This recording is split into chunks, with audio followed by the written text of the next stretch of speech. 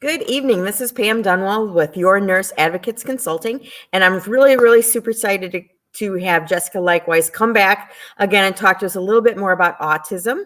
And we're already on episode 34, so that's pretty exciting for us. But I just want to introduce Jessica. Jessica, say hello to everybody. Hey guys, and welcome. Thank you for having me here. I feel so welcome. Pam, congrats on show 34. When I was on one of your first episodes, and so you were crushing it. I'm so excited to hear that you got that many episodes into this. So congrats for that. Most people don't ever get that far into something they start. Well, I appreciate it. And so you have done some awesome accomplishments, taking new board certification as you move from New Jersey to Arizona. So that's all up and running. So that's super exciting. A lot of things going on. So tonight, Jessica wanted to talk to us about talking to grandparents and extended family about autism. So Jess, you want to just jump right in and get started sharing with that? Yeah, absolutely. So to give you some background on myself, my name is Jessica Leichtweisz. I'm a board certified behavior analyst. I was not the last time I was on the show. After 13 years of being in private practice for myself in New Jersey, I did relocate to Arizona, and I did wind up getting my board certification since I'm starting over new. So my company is Hope Education Services, and I partnered with Path to Potential to offer ABA services in Arizona. So if you are in Arizona looking for services, definitely look up Path to Potential, and I can provide services through them for you. I also, like I said, have my own company, Hope Education Services, and I'll tell you a little bit more about both of these things. So I had been asked to speak at the Arizona conference for autism this year, which was super exciting, a big honor, my first year of being in Arizona, to speak at that conference. And I put together this training for them, and I'm going to give it to you guys as well. So that's a free gift for you. So talking to grandparents and extended family about autism, one of the number one complaints that I get when I go into a parent's house for a behavior consultation is they don't feel like they're being supported by their family. And oftentimes it's the in-laws, right? Especially as a mom, you feel like the in-laws are not supporting you.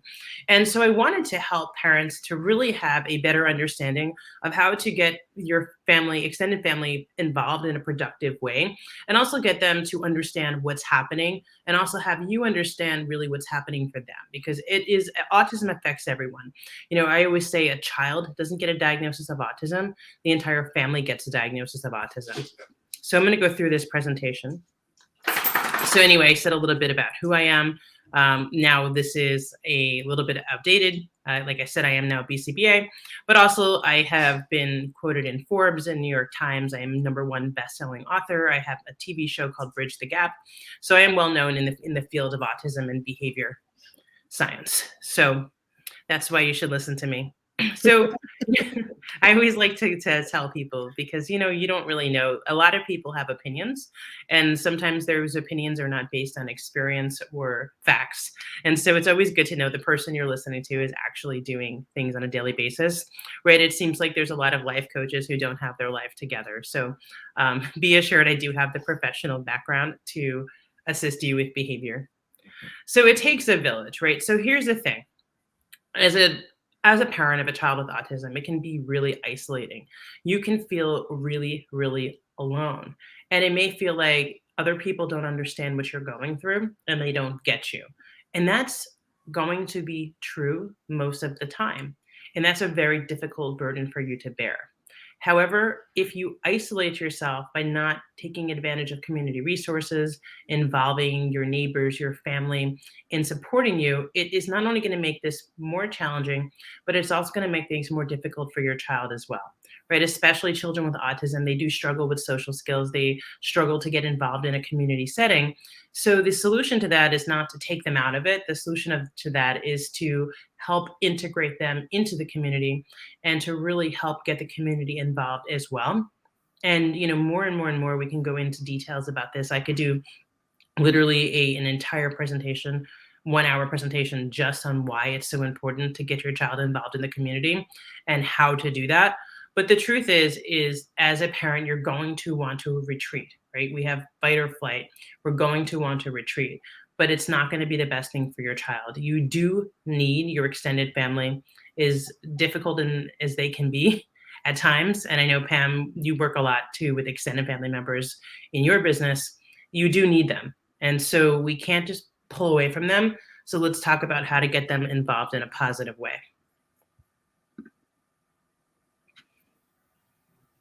Okay, so one of the first things I want to always tell parents is to not really forget about generational gaps when we're talking about autism. It was not that long ago where the official cause of autism was called refrigerator moms.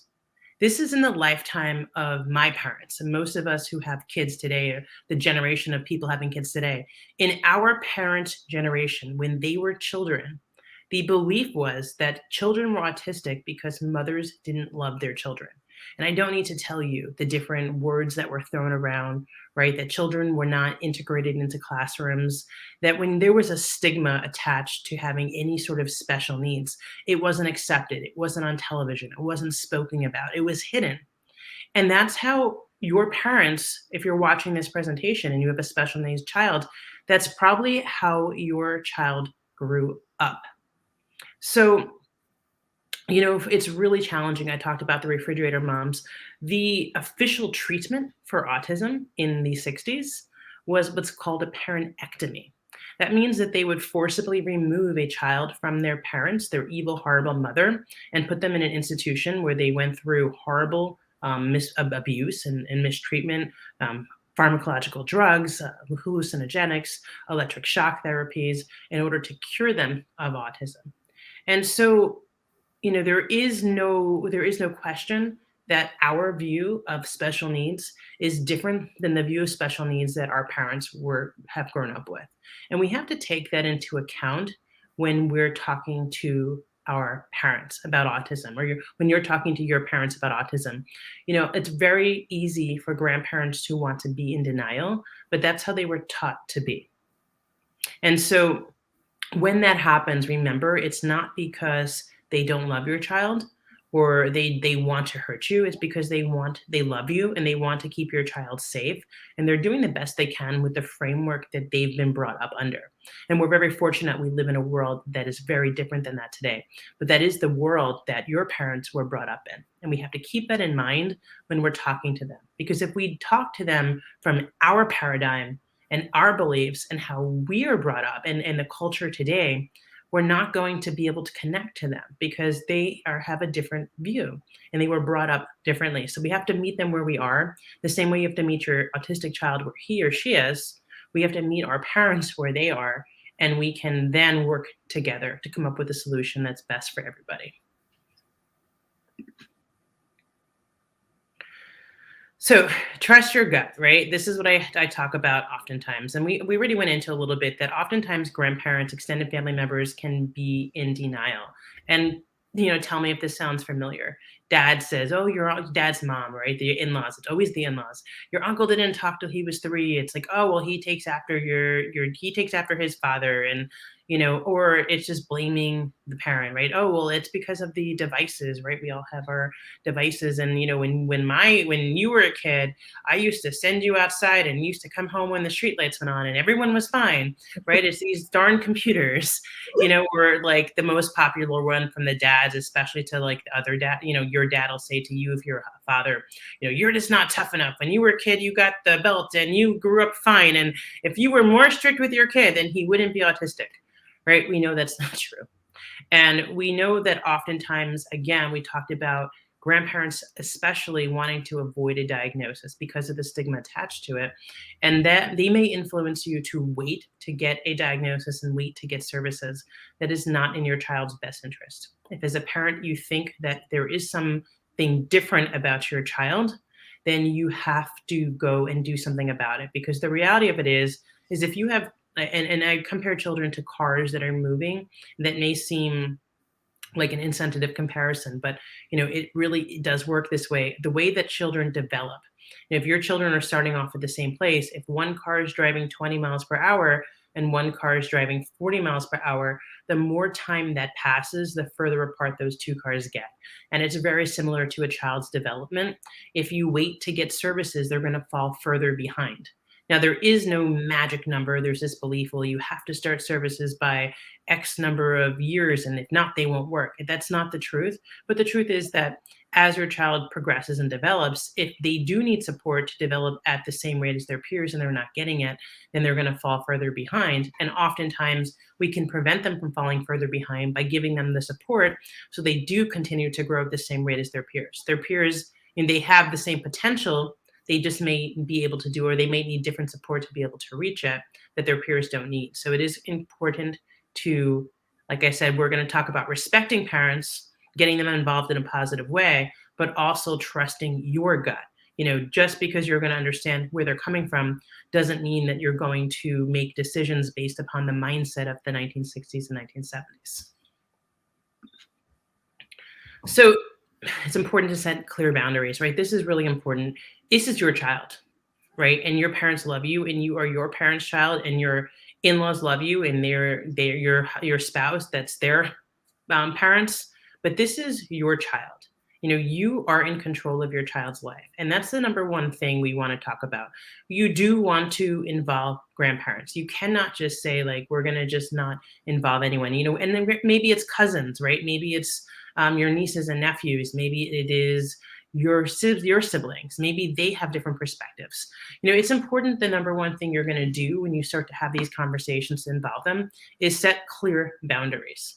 And sometimes this can lead to disagreements, and that's okay. Your family will heal from those boundaries, but they're not, it's going to make things more challenging, and they're going to send mixed signals to your children if those boundaries are not set, right? So the number one thing I always tell caregivers is you have to set boundaries.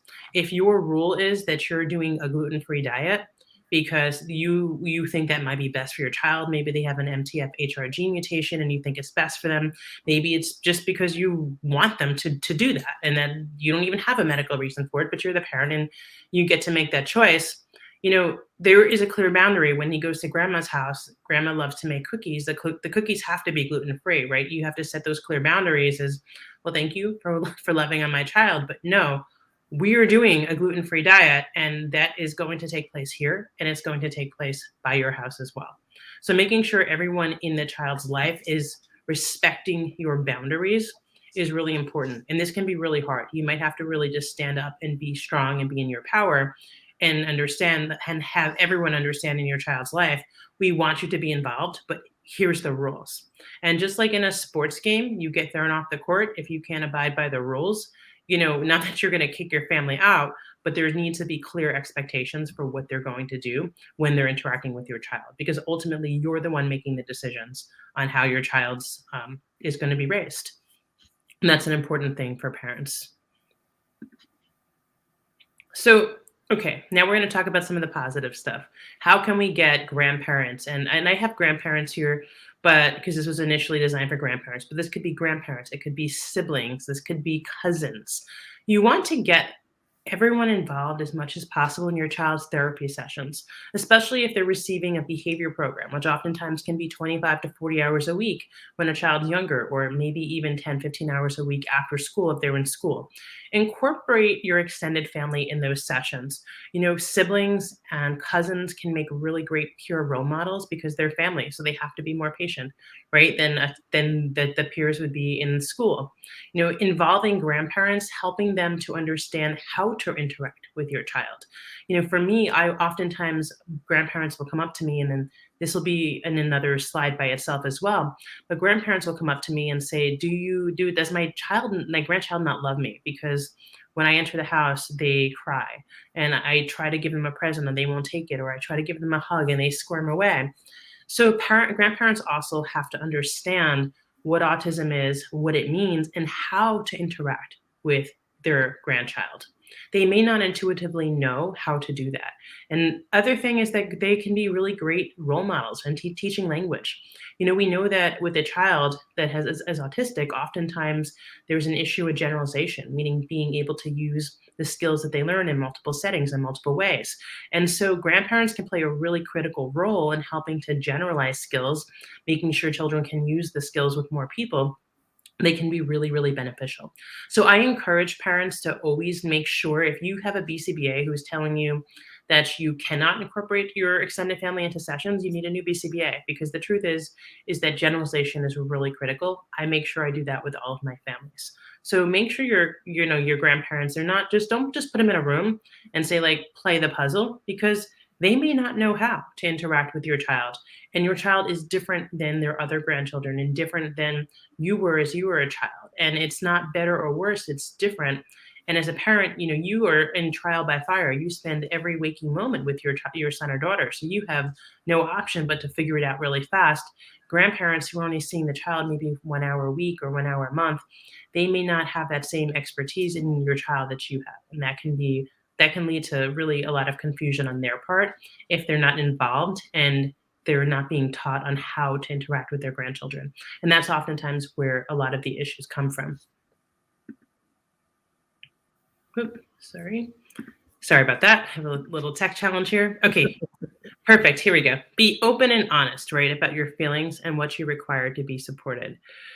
This is so important. Oftentimes, as a parent, you want to take everything in and you want to take everything on. And I know this can be my personality. I don't always communicate how I feel until I'm really, really upset. You have to share with your family what you need. And the number one thing I said in the beginning is you're going to feel like you have to do this alone, but you're not alone. Your family wants to help you. They don't want to be in the way. They don't want to make your life more challenging. When they're giving you this advice that's not really the right advice, their intentions are still good. So if you can communicate openly and honestly what you need as a caregiver, this is going to be so impactful for you and for your child. Maybe you truly need self-care. Maybe you really need to go and get a massage or get a pedicure or just go for a walk. And if you explain to your mother-in-law, listen, I am running ragged. I'm scared about my child all the time. I'm not getting the sleep that I need to get. He kept me up all night. I made dinner. He won't eat it. I don't know what to do. I'm at my wit's end. I just need 30 minutes today. Can you help? Can you come when he's taking a nap for 30 minutes? I just need to leave the house for 30 minutes. And maybe it's your spouse. And it's like, listen, you know what, honey? I need you to bring a pizza home because I physically can't tonight. Right? Be open and honest, because you need to take care of you because your child needs you. It's not optional to take care of you. Your child needs you. You need to make yourself a priority. And being open and honest about your feelings with the people in your life is the number one way that you're going to be able to do that. And otherwise, it's just going to fester. And then one day you're going to explode. Things are going to fall apart. And everyone's going to be looking at you and not know why you're so upset, because they were never given the information along the way of what you needed from them. And I've found that in my life, even in my own personal relationships, when I have been open and honest about what I needed, people were much more understanding than I thought and much more willing to help than I thought. And I'm sure that you're going to have the same experience as well if you can be able to do this as well. And this is another thing we already talked a little bit about this. You have to teach grandparents how to interact with your child. And like I said, it's going to be different. Your grandparents don't necessarily know what to do. As a parent, oftentimes you know what your child says or means, even if they're not really communicating. You know that when they say, right, that they're asking for water. And that when they say they're asking for milk. But grandparents don't know that. You know that because you spend a lot of time with them. And so you know how to interact with them. Grandparents don't necessarily have that skill. So you have to teach them. Like maybe it's as simple as saying, he really likes trains. And so you're going to play trains with him and thank you so much for buying the crayons and coloring book, but he doesn't know what to do with it. Right? So teach the grandparents how to play with their grandchildren. It's going to go a long way, because as hard as it is for you, it's also really hard for grandparents to feel like they're powerless and not know what to do and not know how to help and not know how to interact with their grandchildren. And I can't tell you how many times I've had grandparents cry and ask me, do they not love me? Because they're not paying any attention to me. I come over and I try to be nice to them and they just don't pay attention to me.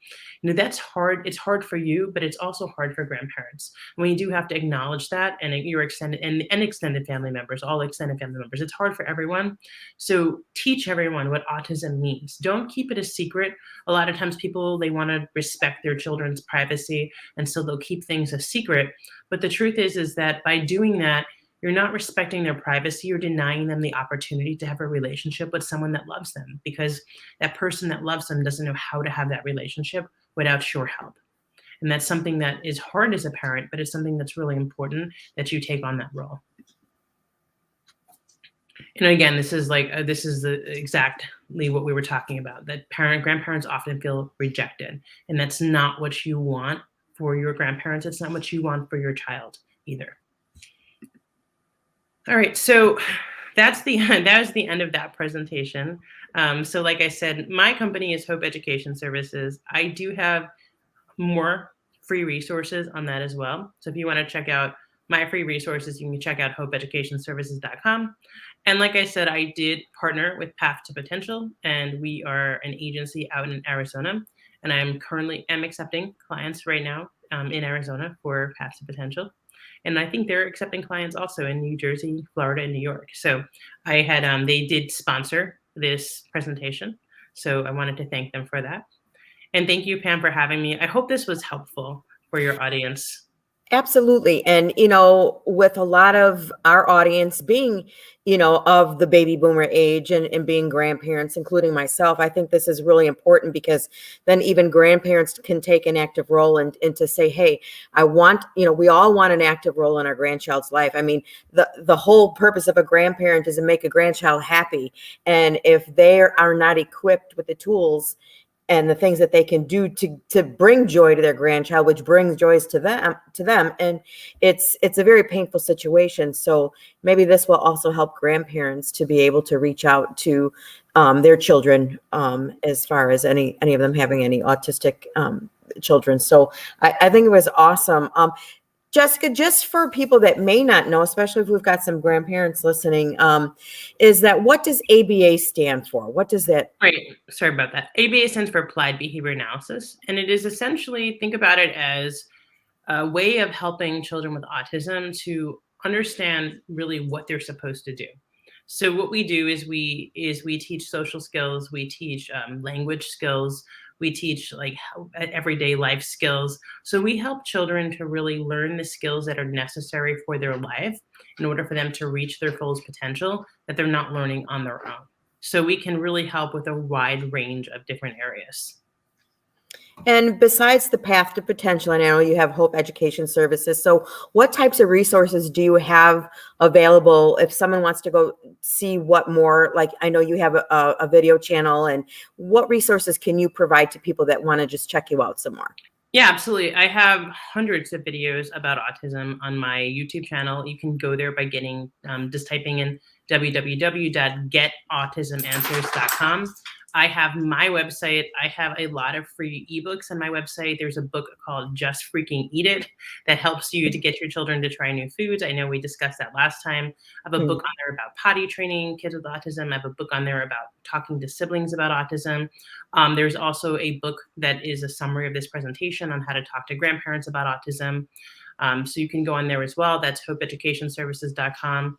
You can also find in there a book that I had put out last year called This is Autism. It's an anthology written by autistic adults who share what autism means for them.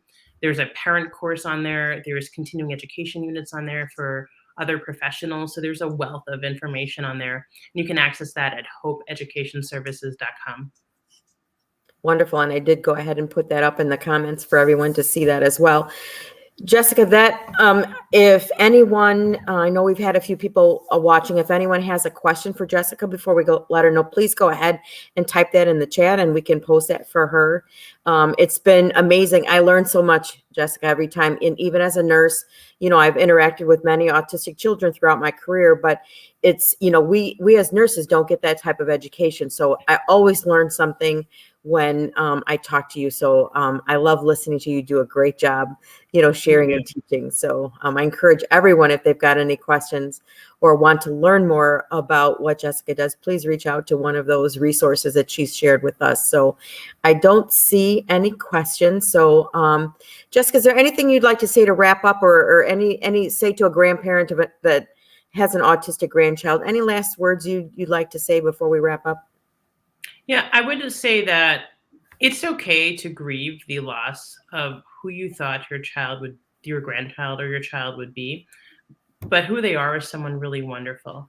And take the time to get to know them, take the time to educate yourself on how to have a relationship with them. And it's going to be really rewarding for you and for them, because you are special and they're special, and you deserve to have an amazing relationship with them, and that is possible. Just because a child isn't talking, it doesn't mean that a child has nothing to say. And just because they don't know how to show you their love for you doesn't mean that they love you. They don't love you. It's just about working together to make the relationship work.